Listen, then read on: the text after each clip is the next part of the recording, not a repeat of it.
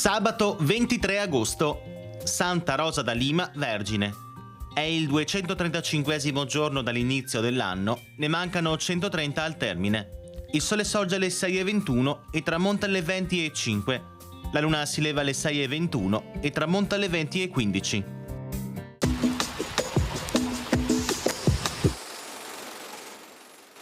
A Perasto, oggi in Montenegro, viene ammainato per l'ultima volta il gonfalone della Repubblica Veneta.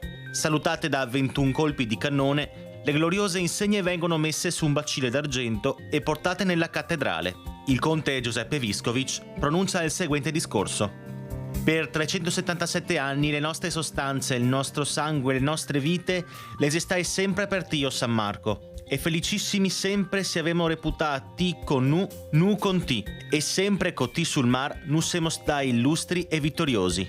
Ma sa che altro non resta da far partì, e il nostro cuor sia l'onoratissima tua tomba, e il pi puro e il pi grande tuo elogio le nostre lagrime.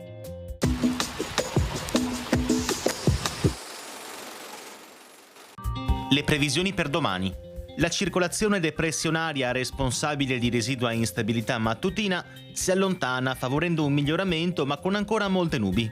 Avremo quindi annuvolamenti e schiarite e sono probabili localmente modeste piogge a tratti, temperature in calo.